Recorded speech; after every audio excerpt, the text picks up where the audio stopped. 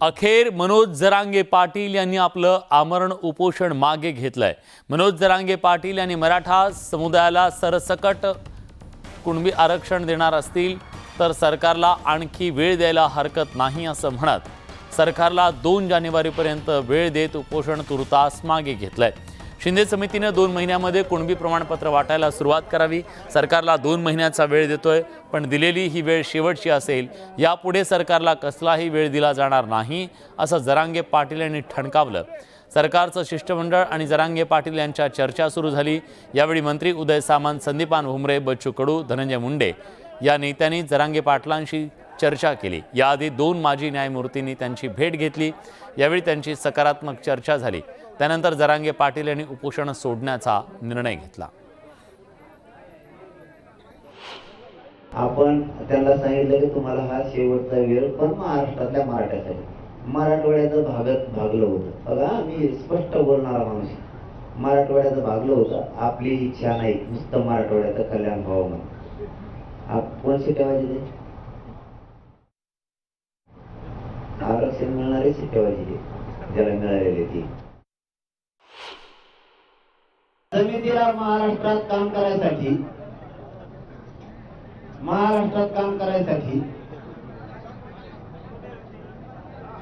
त्या समितीने काम करावं। मराठवाड्यातला जो काही डाटा तयार झालाय तो आणि महाराष्ट्रातला होणारा डाटा मिळून सरकारला समितीला 2 महिन्याचा अहवाल द्यायचा आणि त्यानंतर कुणबी प्रमाणपत्र देण्याची प्रक्रिया सुरू करायची। बरोबर का? म्हणजे तुम्ही काय हो म्हणता, या कसं ठरलंय? बरोबर। मनोज जरांगे पाटील यांनी उपोषण मागे घेतल्यानंतर मुख्यमंत्री एकनाथ शिंदेंनी पत्रकार परिषद घेत मनोज जरांगे पाटील यांनी उपोषण मागे घेतल्याबद्दल त्यांचे आभार मानले।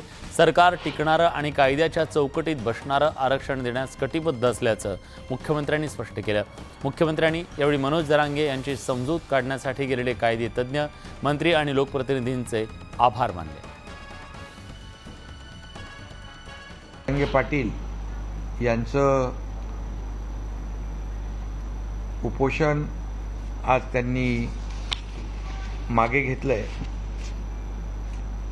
त्याबद्दल मी मनोज जरांगे पाटील यांचं मनापासून आभार मानतो त्यांचे, आणि त्यांच्या सहकाऱ्यांचे देखील आभार मानतो। आणि सकल मराठा समाजाने शासनाच्या आव्हानाला, विनंतीला मान देऊन हे जे आंदोलन होतं, उपोषण मागे घेतल्याबद्दल मराठा समाजाला देखील मनापासून मी धन्यवाद देतो। आम्ही बैठक घेतली, सर्वपक्षीय बैठक घेतली। त्याच्यामध्ये देखील जी भूमिका सरकारची होती की मराठा समाजाला आरक्षण टिकणारं दिलं पाहिजे, कायद्याच्या चौकटीत दिलं पाहिजे, हे देखील सर्व पक्षीयांनी मान्य केलं। आणि सर्वपक्षीय बैठकीमध्ये सर्व नेते आले, त्यांनाही मनापासून मी धन्यवाद देतो।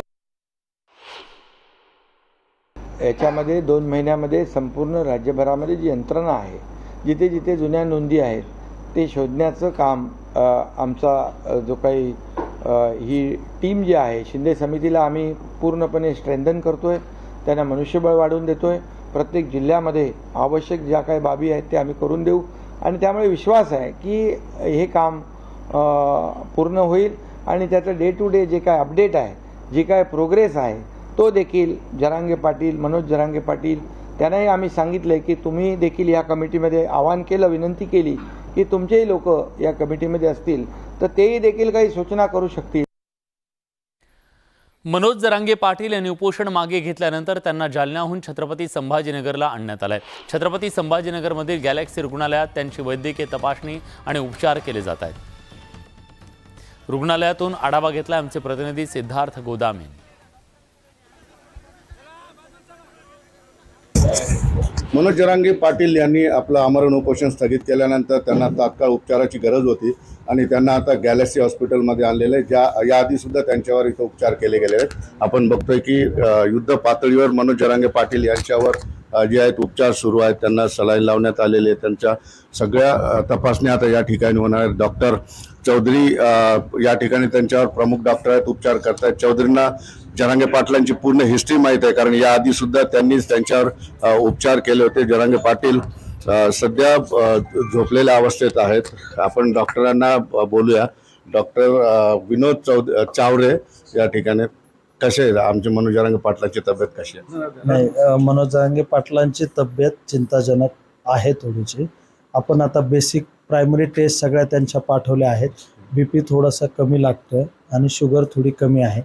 त्यासाठी आपण ट्रीटमेंट सुरू केली आहे त्यांच्या. बरं, काय म्हणजे नेमकं त्यांचं किडनीचा पण प्रॉब्लेम असू शकतो, शुगर असेल, BP असेल, हो, पूर्ण स्ट्रक्चर थोडंसं चेकअप.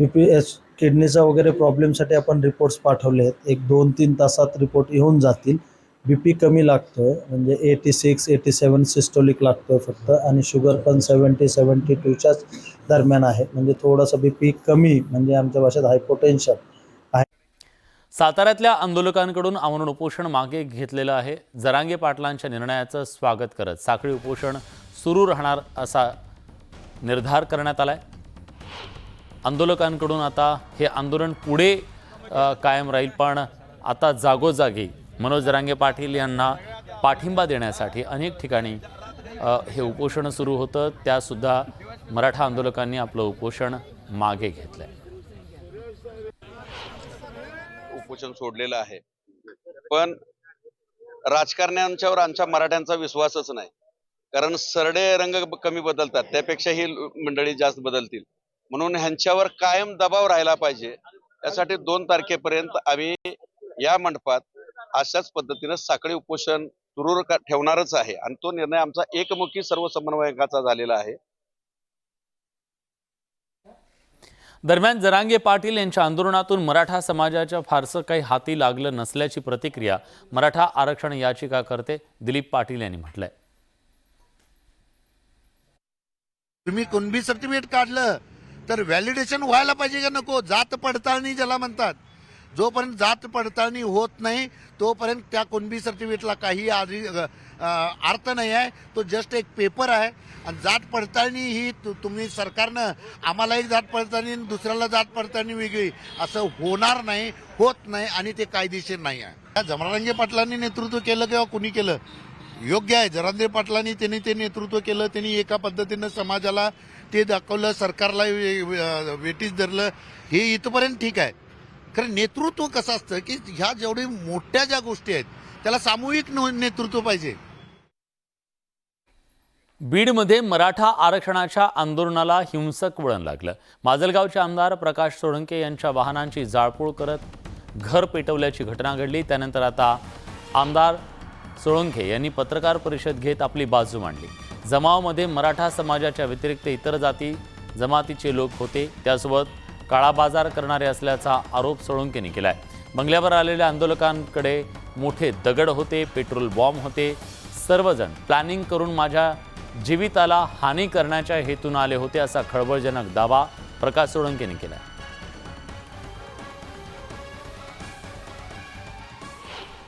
मी घरातच होतो. काही 6 ते 8 पोलीस त्या ठिकाणी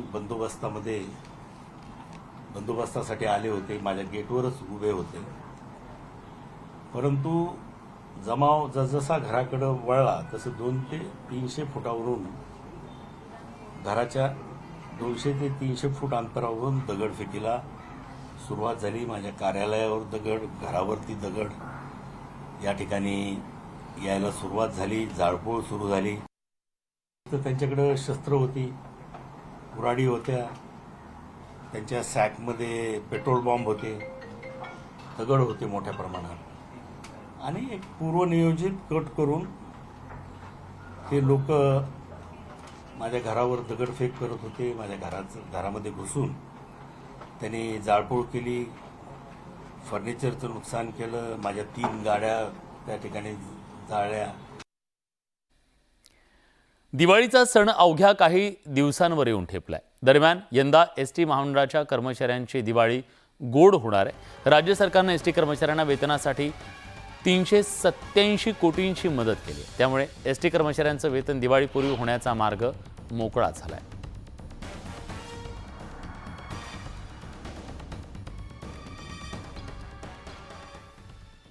यासोबत बुलेटिनमध्ये एक छोटासा ब्रेक. कुठे जाऊ नका, पहा फक्त न्यूज 18 लोकमत.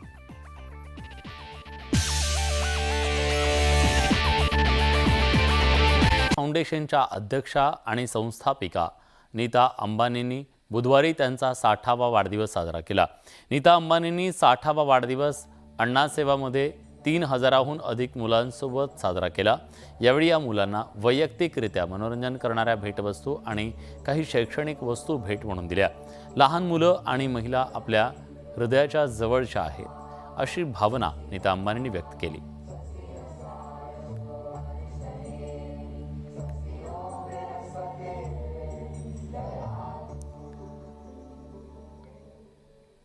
नीता अंबानी यांना वाढदिवसाच्या खूप साऱ्या शुभेच्छा. यासोबत बुलेटिनमध्ये आपण इथेच थांबतोय. ताज्या घडामोडींसाठी बघत रहा न्यूज 18 लोकमत.